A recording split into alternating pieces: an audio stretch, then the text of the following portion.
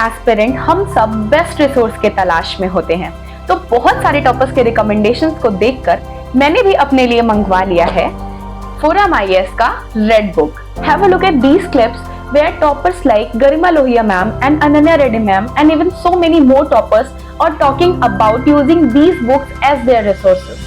Forum IAS की red book आती है जो मार्केट में अवेलेबल है।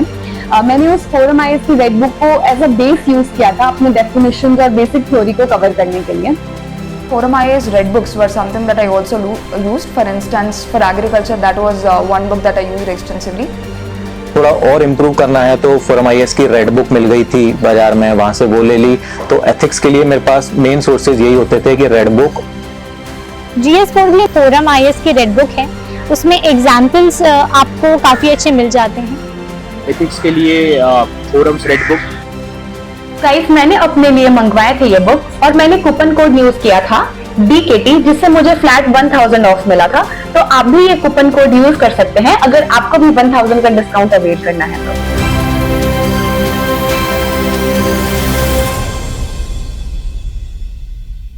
हेलो एवरीवन, मैं शेल्फ नंदिनी साहू और CGPSC 2023 की परीक्षा में मैंने 5वीं रैंक हासिल की है और मुझे डिप्टी कलेक्टर का पद प्राप्त हुआ है। दिल्ली नॉलेज ट्रैक के इस YouTube चैनल के माध्यम से मैं आपके समक्ष अपनी स्ट्रैटेजी और अपना जो संघर्ष है उसको साझा करना चाहती हूँ। मेरी जो जर्नी है उसको मैं आपके समक्ष प्रस्तुत करूँ। इसके पहले मैं अपने बैकग्राउंड के बारे में आपको बताना चाहूँगी। मैं छत्तीसगढ़ के महासमुंद जिले के ग्राम पंचायत बड़े साजापाली की निवासी हूँ और मेरी स्कूली शिक्षा मतलब प्रारंभिक शिक्षा मैंने गांव के ही शासकीय विद्यालय से पूर्ण की है। इसके साथ मेरी जो स्नातक है उसको मैंने BSc कंप्यूटर साइंस में रायपुर के डिग्री गर्ल्स कॉलेज से पूर्ण की है और तब से ही मैं CGPSC की तैयारी में संलग्न हूँ। CGPSC में यह मेरा तीसरा प्रयास है। इसके पहले के जो अटेम्प्ट्स हैं CGPSC 2021 जो कि मेरा पहला प्रयास था, उसमें मेरा प्रीलिम्स क्वालिफाई नहीं हो पाया था और फिर भी मैंने अपनी जो तैयारी है उसको जारी रखी। परंतु CGPSC 2022 जो कि मेरा द्वितीय प्रयास था उसमें मैंने प्री क्वालिफाई किया, मेंस क्वालिफाई किया और इंटरव्यू दिया, लेकिन मुझे 182 रैंक जो है वो प्राप्त हुआ और कोई भी पद मुझे प्राप्त नहीं हुआ था। तब मैं काफी ज्यादा निराश हो गई थी उस समय, परंतु तभी परिवार वालों के संभालने पे और उनके द्वारा विश्वास जताने पे कि आप कर सकते हो, उन्होंने मुझे बार बार विश्वास दिलाया, आप में कैपेबिलिटीज हैं, आप आगे करो, आप रुको नहीं। तब मैंने फिर से अपनी तैयारी शुरू की और तभी मैंने अपने बोर्ड पे लिख दिया कि मुझे अंडर 5 लाना है इस बार। फिर मैंने अपनी तैयारी फिर से की और CGPSC 2023 जो कि मेरा तीसरा प्रयास था उसमें मैं 5वां रैंक हासिल की। मैं आपके समक्ष अपनी जो डिटेल स्ट्रेटेजीज है उसको शेयर करूंगी। और शुरुआती दौर पे मैंने कोचिंग का सहारा लिया, लेकिन कोचिंग मेरे लिए काफी फ्रूटफुल साबित नहीं हो पाया था। तब मैंने सेल्फ स्टडी को चुना और बीच में कोविड आ जाने से घर जाना पड़ा और उस समय मुझे काफी निराशा हुई क्योंकि कोई भी मुझे गाइड करने वाले नहीं थे और ना ही मेरे परिवार में कोई ऐसा व्यक्ति था जिसने CGPSC को ऑलरेडी क्रैक किया हो। तो मैंने जो टॉपर स्टॉक है उसको देखकर और यूट्यूब के सहारे और कोई भी जैसे टेलीग्राम के चैनल्स होते हैं उनके माध्यम से जुड़कर मैंने अपना एक स्ट्रेटेजी बनाया, अपना पाथ बनाया और बार बार उसको मैंने प्रयास किया।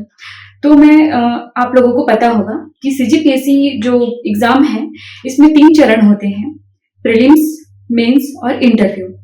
मैं प्रीलिम्स की बात करूं तो प्रीलिम्स में 2 पेपर हम देते हैं।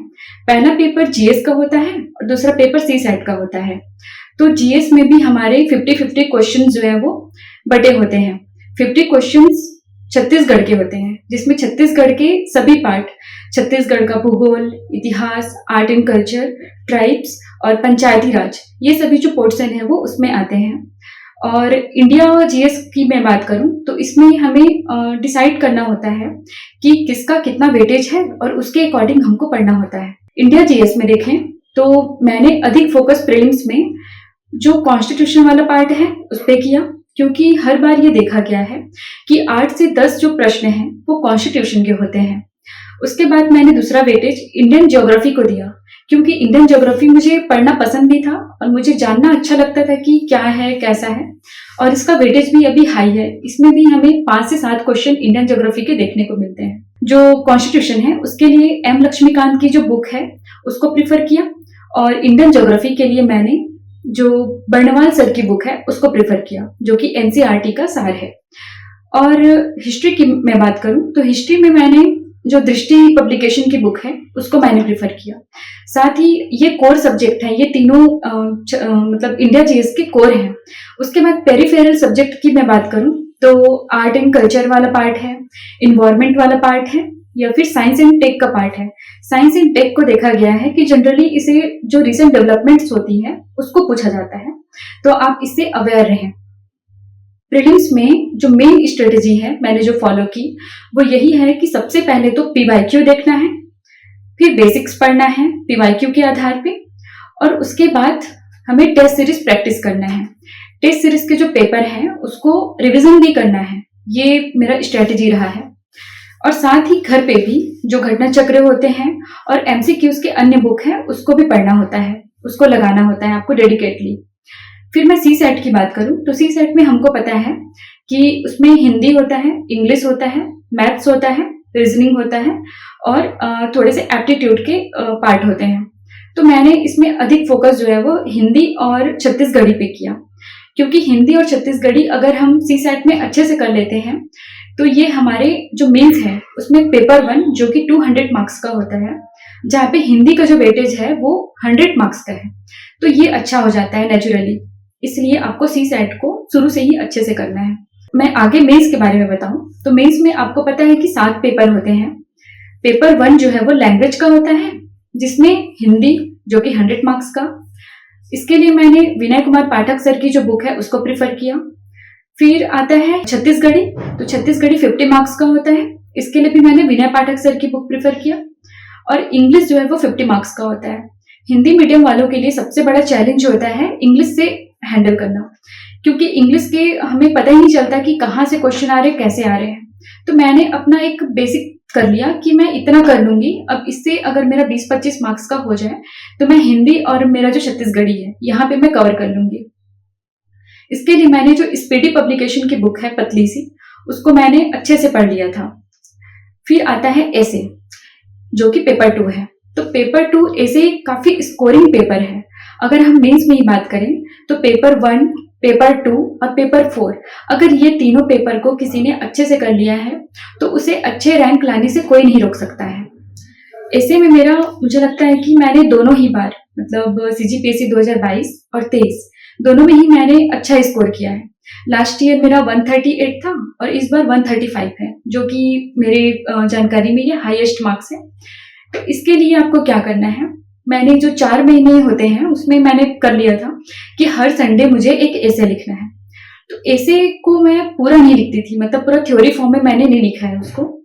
जो टॉपिक्स होते हैं, मतलब कोई मेजर टॉपिक चल रहा है, फॉर एग्जाम्पल हम देखें तो इस बार आया था 1 नेशन 1 इलेक्शन, उसको मैंने एक पेज में जो उसके सारगर्भित चीजें हैं उसको विभिन्न जो यूट्यूब हो गया या वेबसाइट्स होते हैं वहां से मैंने निकाल के उसको रख लिया ताकि वो मुझे रिवीजन में आसान हो। और मैंने काफी ज्यादा कोटेशंस का प्रयोग किया था, जैसे भी मेरा अम्बेडकर जी ने क्या कहा है उस पर। तो जब हम ये सब लिखते हैं तो मैंने ये गौर किया है कि हमें अच्छे मार्क्स मिलते हैं। तो ऐसे में आप ये स्ट्रेटेजी फॉलो कर सकते हैं। फिर आता है पेपर 3। पेपर 3 में 3 पार्ट होते हैं, जैसे कि आपको पता है सारे पेपर्स जो है वो 200 मार्क्स के होंगे। पेपर 3 में पार्ट 1 जो है वो इंडियन हिस्ट्री है, पार्ट 2 आपका कॉन्स्टिट्यूशन और पब्लिक एडमिनिस्ट्रेशन वाला पार्ट है, पार्ट 3 जो है वो सीजे हिस्ट्री का पार्ट है। अब आपको ये देखना है कि कौन सा पार्ट कितना स्कोरिंग है और वहां पे आप अपनी जो एनर्जी है उसको कितना लगा सकते हैं और उसका जो आउटपुट है वो कितना निकल के आएगा।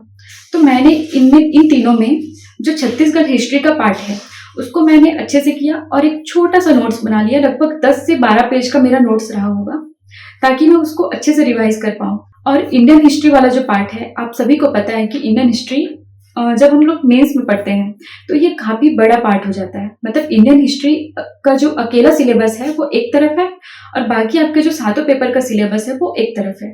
तो आपको उसमें डिसाइड करना है कि आप कहाँ पर कितना इनपुट देंगे और उसका जो आउटपुट है वो कितना निकल के आएगा। तो मैंने इंडियन हिस्ट्री में जो मॉडर्न हिस्ट्री वाला पार्ट है उसको मैंने अच्छे से किया हुआ था। फिर आता है पब्लिक एडमिनिस्ट्रेशन और आपका पॉलिटी का पार्ट। तो पॉलिटी जो है वो आपके प्रीलिम्स के लिए तो इम्पोर्टेंट है, प्रीलिम्स में उसका वेटेज काफी ज्यादा है, लेकिन मेंस में इसका जो वेटेज है वो केवल 50 मार्क्स का है। तो आपको वहां पे मिनिमम इनपुट देना है और अपनी जो एनर्जी है उसको मिनिमम देना है। फिर आता है पेपर 4। पेपर 4 जो है वो ये कहा जाता है कि जो साइंस बैकग्राउंड है या मैथ्स बैकग्राउंड है उनके लिए एडवांटेज है, वहीं जो आर्ट्स बैकग्राउंड होते हैं उनके लिए ये दिक्कतें पैदा करती हैं। परंतु ऐसा नहीं है। आपने 10th लेवल में, मतलब आप जब 10th तो पढ़े हैं, 9th और 10th में हम साइंस पढ़ते हैं, तो जो बेसिक्स है, बेसिक साइंस है, बेसिक मैथ्स है, वो आप कर सकते हैं। और इसमें भी जो अप्लाइड साइंस का जो पार्ट होता है वो आपके लिए अच्छा है, क्योंकि वो बिहेवियरल होता है, आप उसको अच्छे से कर सकते हैं। इसमें हमें पता है कि जो पार्ट 1 होता है वो उसमें साइंस में 3 पार्ट है, केमिस्ट्री, फिजिक्स और बायोलॉजी। तो हमें ये जानना जरूरी है कि कौन से पार्ट से कितना क्वेश्चन आ रहा है। बायोलॉजी का जो पार्ट है वहां से क्वेश्चन भर भर के आता है। वही फिजिक्स की बात करें तो फिजिक्स में ये डिसाइडेड है कि प्रकाश वाला जो चैप्टर है वहां से क्वेश्चन आना है। केमिस्ट्री में डिसाइडेड है रासायनिक अभिक्रिया की दर वाला जो पार्ट है वहां से क्वेश्चन आना है। तो आप पीवाईक्यू देखिए, पीवाईक्यू के आधार पे ये डिसाइड करिए कि कहाँ पे मुझे अपनी एनर्जी लगानी है। मैथ्स वाला पार्ट आता है पार्ट 2 में। तो मैथ्स में आप बेसिक्स कर लीजिए और उसमें आप एकदम ज्यादा इन्वॉल्व नहीं हो जाइए कि केवल मैथ्स ही करना है बाकी नहीं करना है। मैथ्स को आप करिए, जितना आपसे हो सकता है आप करिए। हमें पता है कि जो इंजीनियर्स हैं वो तो कर सकते हैं, बट बाकी लोग नहीं कर सकते हैं, तो ठीक है, इसमें इसको एक्सेप्ट करने में कोई गलती नहीं है। आप एक्सेप्ट करिए और जितना भी आपसे हो सकता है आप उसको करिए। अप्लाइड साइंस और कंप्यूटर वाला जो पार्ट है वो इस बार देखा गया है, काफी टफ था पेपर, और जो रिसेंट डेवलपमेंट होते हैं वहां से क्वेश्चन आए थे। तो आप थोड़ा नजर बना के रखिए कि क्या हो रहा है, कैसे हो रहा है, और उसको करिए। पेपर 5 की हम बात करें तो पेपर 5 में पार्ट 1 इंडियन इकोनॉमी, उसके बाद वहीं पे सीजी इकोनॉमी के भी कुछ पोर्शन है, और पार्ट 2 जो है वो इंडियन ज्योग्राफी है, और पार्ट 3 जो है वो सीजी ज्योग्राफी है। अगेन आपको डिसाइड करना है कि कहाँ पे आप एनर्जी डाल सकते हैं अच्छे से और उसका आउटपुट कितना निकलना है। हर पेपर में जो पार्ट 3 है वो छत्तीसगढ़ का पोर्शन है। तो छत्तीसगढ़ वाले पोर्शन में ऐसा है कि आप मिनिमम इनपुट मैक्सिमम आउटपुट आपको प्राप्त होता है। तो आप छत्तीसगढ़ ज्योग्राफी के जो जितने भी सिलेबस के पॉइंट्स हैं उसको आप अच्छे से एक छोटा नोट्स बना लीजिए। ये भी आपको मतलब मैक्सिमम 10 से 12 पेज में आप कर लोगे, क्योंकि आपने प्रीलिम्स में अच्छे से छत्तीसगढ़ वाले पोर्शन को किया है, क्योंकि उसका वेटेज जो है वो 50% है, जैसा आपको पता ही है। उसके बाद आता है आपका इंडियन ज्योग्राफी। तो इंडियन ज्योग्राफी चूंकि आपने अगेन वहां कर लिया है प्रीलिम्स में, तो आपको मेंस में सिर्फ उसका छोटे छोटे मैप्स बनाने आपको आने चाहिए, क्योंकि अगर आपको बोल दिया है कि आप इस चीज को लोकेट करिए तो आप उसको फटाक से 10 सेकंड में आप एक मैप बना लिए छोटा सा और उसको लोकेट कर लिए। उसके बाद आता है आपका इंडियन इकोनॉमी का पार्ट। तो इकोनॉमी में आपको देखना है कि करंट में क्या चल रहे हैं, और करंट में जो चल रहा है उसके अकॉर्डिंग प्रश्न बनते हैं और उसको आप करिए। छत्तीसगढ़ इकोनॉमी के लिए एक ही राय है, आपको इकोनॉमिक सर्वे जो है वो करना है। जो जो सिलेबस में लिखा है उन पॉइंट्स को आपको अच्छे से रेडी करना है। फिर आता है पेपर 6। पेपर 6 इसलिए इंपॉर्टेंट हो जाता है मेंस में, क्योंकि आपने पेपर 6 को प्रीलिम्स में नहीं पढ़ा है बिल्कुल भी। आपने फिलॉसफी नहीं पढ़ा है, आपने सोशियोलॉजी नहीं पढ़ा है, आपने छत्तीसगढ़ के जो पार्ट है आर्ट, ट्राइब एंड कल्चर, इसको तो आपने किया हुआ है और ये आपके लिए इजी भी है। आप इसका जो आपने प्रीलिम्स में पढ़ा है वही आपको मेंस में भी पढ़ना है, और बस उसको अच्छे से लिखना है आपको। फिर बात आती है फिलॉसफी के लिए क्या करना है, क्योंकि फिलॉसफी जो है वो काफी चैलेंजिंग हो जाता है। मैंने इसके लिए अपनी समझ के अकॉर्डिंग नोट्स बनाया था। विभिन्न जो बुकलेट्स होते हैं, कोचिंग के मटेरियल्स हैं, उनको मैंने लाया और जहां से जो मुझे समझ में आ रहा है एक अपना समझ विकसित करके छोटा छोटा, अगर मुझे वहां पे लिख दिया गया प्लेटो का सद्गुण, तो उसको मैंने हाफ पेज में रेडी किया। ऐसे ही अगर बोल दिया है दीनदयाल उपाध्याय जी का एकात्म मानववाद, तो उसको भी मैंने हाफ पेज में रेडी किया। तो आपको यही करना है कि आपको फिलॉसफी के लिए जो समझ में आ रहा है आपके समझ के हिसाब से उसको रेडी करना है।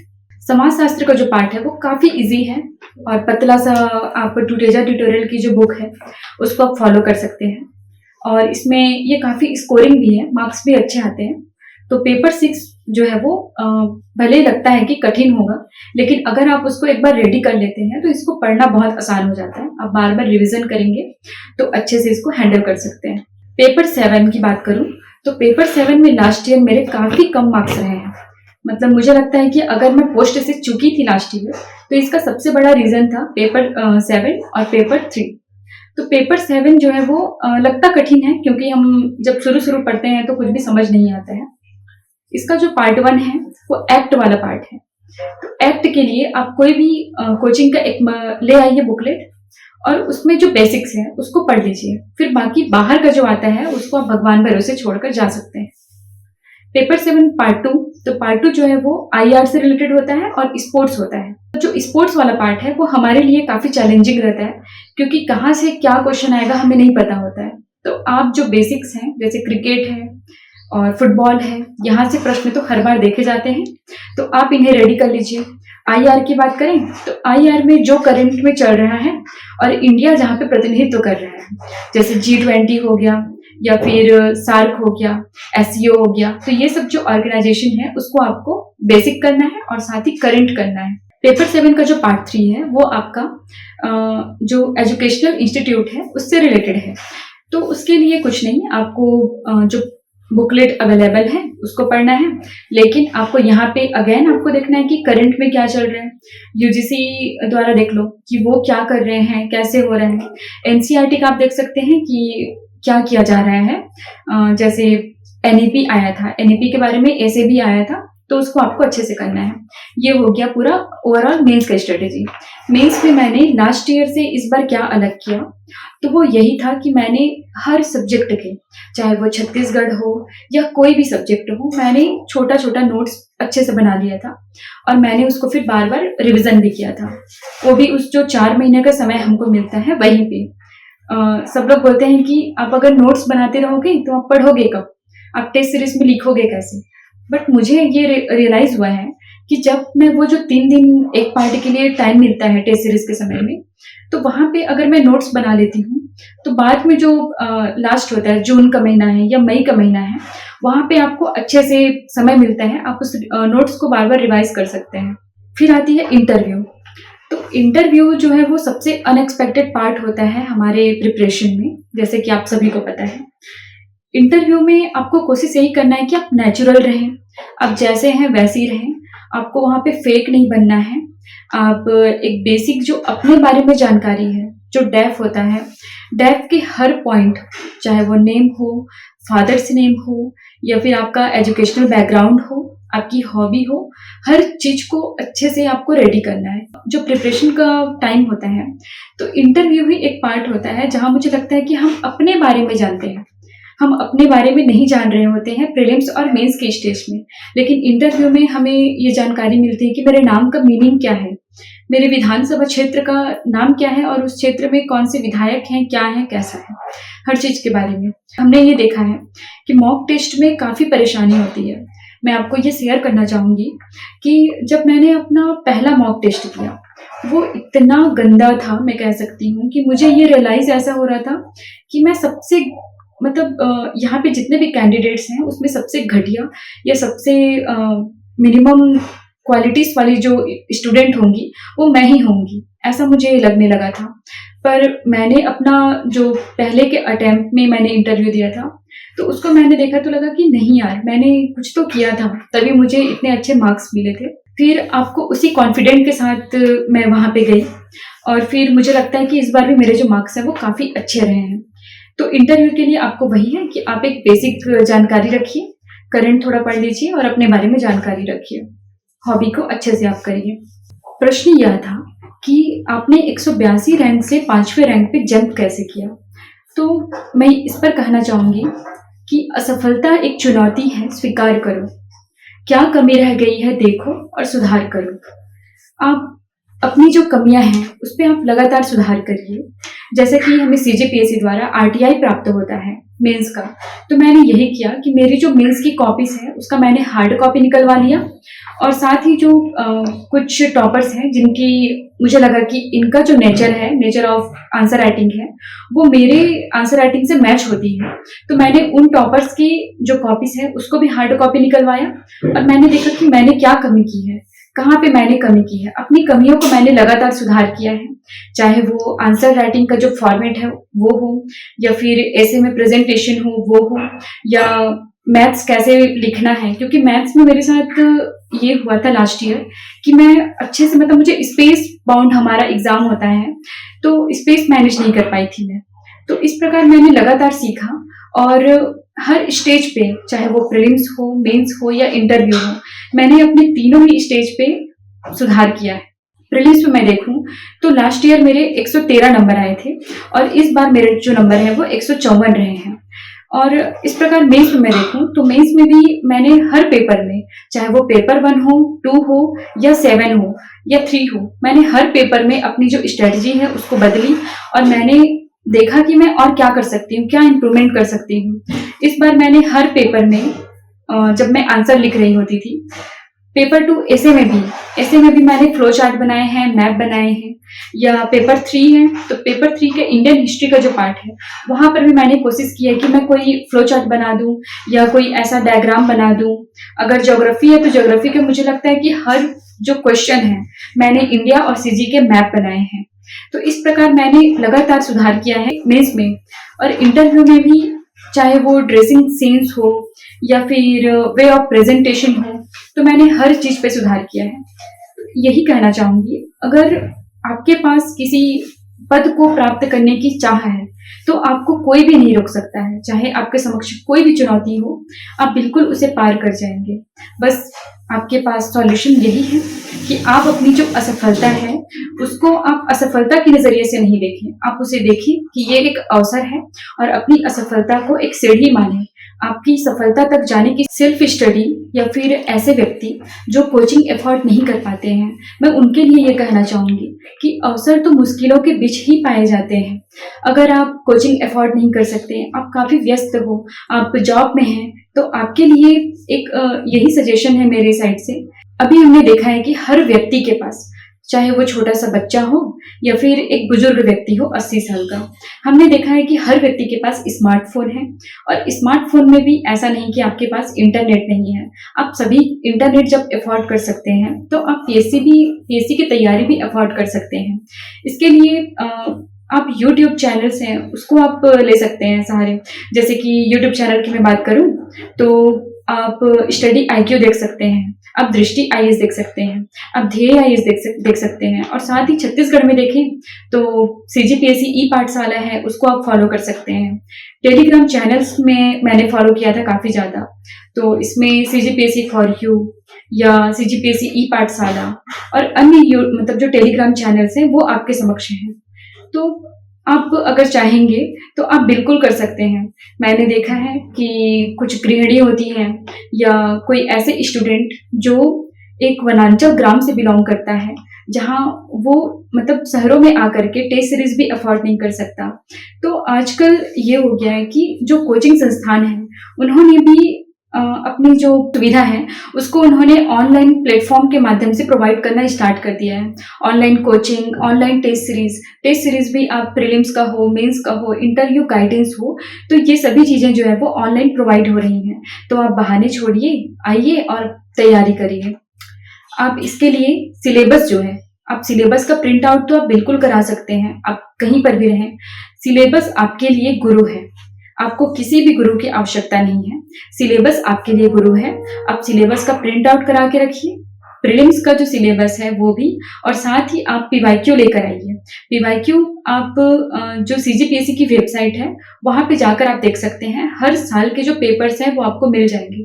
साथ ही एक बहुत ही अच्छा वेबसाइट है CGPSC पापा, आप वहाँ से 2012 से लेकर के 2023 तक के जो भी PYQ हैं वो आप वहाँ से डाउनलोड कर सकते हैं। और PYQ को और सिलेबस को आप अपना गुरु मानिए, और उसके जो हर पॉइंट है जहाँ से क्वेश्चन आ रहे हैं, कैसे आ रहे हैं, उसके आधार पे आप अपनी नोट्स मेकिंग करिए और बिल्कुल आप सफल होंगे। आप कहीं से भी रहिए, जहाँ चाह वहाँ राह, हम ये जानते हैं। मैंने भी सेल्फ स्टडी की है और जब मैंने सेल्फ स्टडी प्रारंभ की थी उस समय कोविड थी। मैं अपने घर में एक कमरे में बंद होकर मैंने अपनी तैयारी को प्रारंभ किया। तो मुझे लगता है कि जब मैं कर सकती हूँ तो आप जरूर कर सकते हैं। मैं अपने बारे में बताऊं, मैं ऐसी स्टूडेंट रही हूँ जिसे प्रधानमंत्री, मुख्यमंत्री, राष्ट्रपति, इन सभी के बारे में जो बेसिक डिफरेंस है वो भी मुझे नहीं पता होता था। राष्ट्रपति, राज्यपाल को मैं मिक्स करती थी कि ये क्या होते हैं, कैसे होते हैं। तो आप सोचिए, कम से कम आप मुझसे तो ऊपर हैं। तो बिल्कुल, जब मैं कर सकती हूँ तो आप भी कर सकते हैं। बस इसके लिए आपको अपने ऊपर विश्वास रखना होगा, अपने नेचर को समझना होगा। सेल्फ कॉन्फिडेंस, सेल्फ एक्सेप्टेंस और सेल्फ वर्थ को आप समझते हुए आप बिल्कुल सफलता की ओर चल सकते हैं।